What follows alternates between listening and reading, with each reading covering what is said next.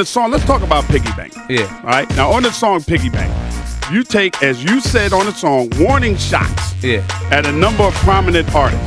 Mm-hmm. Let's start with what's your beef with each one of them individually. Fat Joe.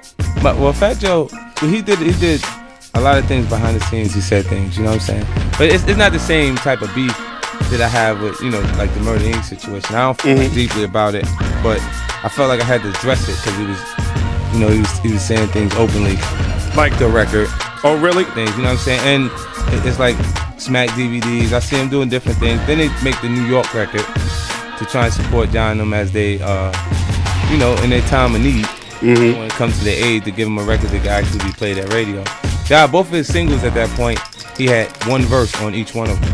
He had Ashanti and R. Kelly on one, and Jadakiss and Fat Joe on another. I mean, that's the same reason why I got at R. Kelly during Summer Jam.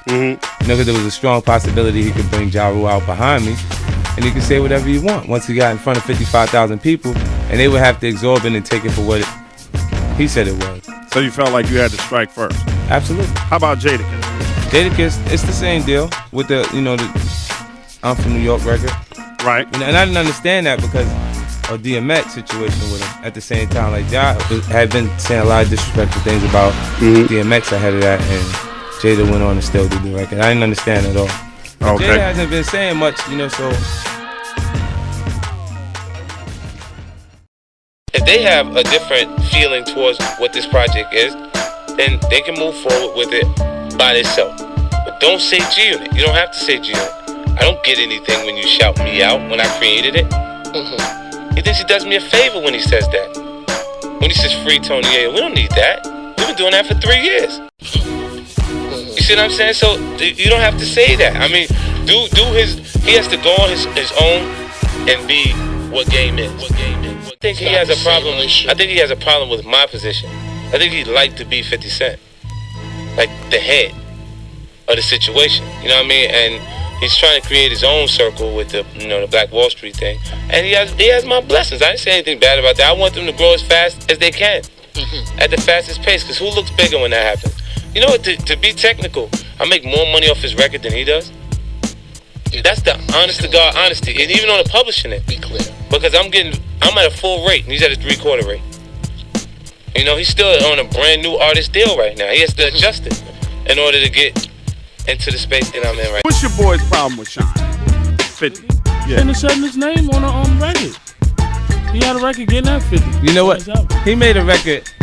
He made a record from, Golf. I think Golf was better. DJ, nobody. And all he did was record a record talking about me as a new record. Everything else on it was some old material from before he got saturated. You know what I mean? Right. And I mean, outside of Shyne, doing that, Def Jam should feel disrespected by releasing something with such low quality. Right. Because it was garbage. Yeah, it was terrible. I don't know what Shyne is rhyming. Somebody should have said, "Yo, Lise, let's try to figure out if we can do this on the interview. Let you say a cappella to that recorder, and then we come back and sync it up or something like that." I'm not doing nothing. That don't even count, right? He didn't even count. Nobody even heard that record. What about Lil' Kim? Lil' Kim, that situation came from the Magic Stick record. Why y'all can't get along, man? What happened with that? I don't know why they do business with me like that. Like, they just move me around. There's little things like, with Lil' Kim, I sent the record out to Trina. That record, Magic Stick was recorded for Get Rich or Die Trying. Okay. So I had been another hit record on the album, but I missed it because the date. Like, I sent it to Trina, it didn't work out. We sent it to Kim. They held it past my date. Right. So it wasn't able to go on the album. I put it on Kim's record, and I wasn't really receptive to it in the beginning, and they wanted to, as a gesture, they gave me $175,000 for the record with no single rights. Do you understand what I'm saying? So there never was no intention of making that record a single. Right. They did the deal that way. Right. Kim found out how much money was given and got upset that I wouldn't actually shoot the video. Okay. She got emotional. I don't feel like I should have to deal with a woman's emotion who ain't mine. That ain't my girl. Right. You see what I'm saying? This is business. This is business. And this is business. And this is business. And this is. Is there any other artist tap dancing or kind of to tap New Light or look like they want to get it? I heard something about Cassidy. Yeah, me too, man. I heard something about Cassidy. I already said something behind the scenes. No, listen, look. Because it was behind the scenes, I'm not even going to do it. Know that I'm well aware. If he feels like it's that good, then he should shoot a shot and I'll show him what it is. For real.